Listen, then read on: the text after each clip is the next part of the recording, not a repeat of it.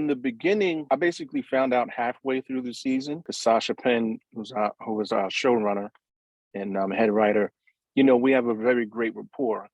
And so we were having these conversations, and what's funny is a lot of times when they have big reveals on TV shows, they don't tell the actors. And what I was explaining to Sasha is that as an actor, sometimes when you know something ahead, it doesn't mean that you anticipate it through your performance, but there are certain seeds that you can plant as an actor creatively that would help that reveal. And so kind of halfway through, he was like, yeah, it's gonna be this. And I was like, that's great. So now it didn't inform my performance again, like I wasn't anticipating it. What I actually did was go away from that as much as I could as an actor so that the audience definitely wouldn't see that coming.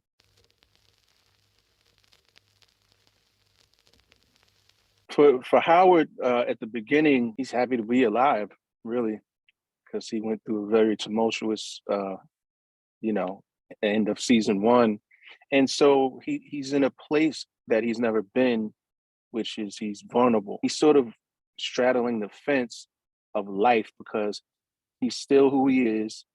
He's still this detective, this rough house detective, in the department and on the streets. But then, he's gone through sort of a, I guess, life-changing experience, and now he's thinking about his mortality, and which is such a human thing, right?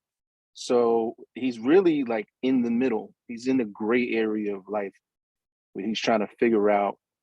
It's natural for a person to want to keep their power and keep that image, but which he does externally, but internally, he's like going through it. He's vulnerable with himself for the first time in his whole life since he was a kid. And so I think he's trying to unpack that from a mental and emotional standpoint, and he doesn't know how. And so we explore that through the rest of season 2.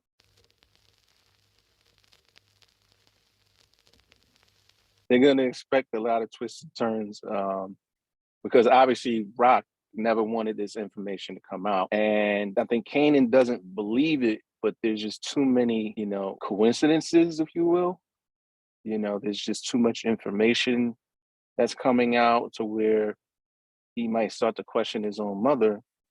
And what's fun to me about Howard in it all is that he's genuine about his approach, but the way you know him from season 1, you think he's just trying to manipulate it, but manipulate the situation. But from an emotional standpoint, he genuinely wants to build a relationship with his estranged son.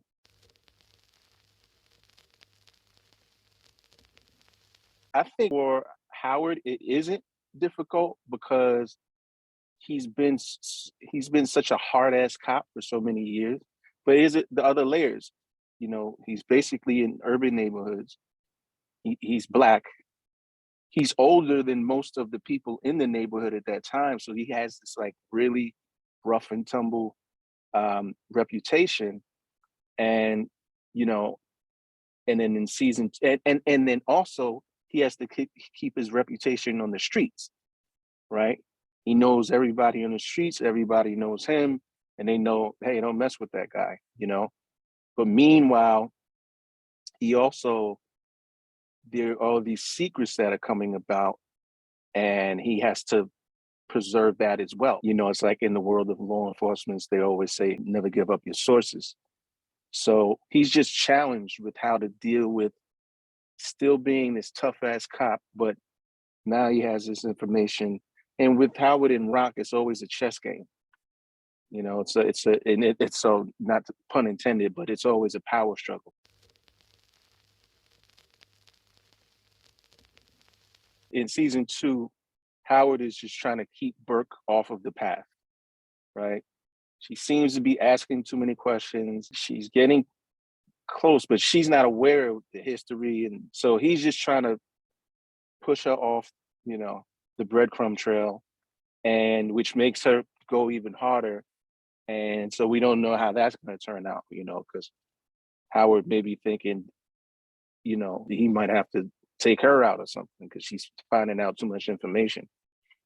But you got to watch season 2 to see what happens.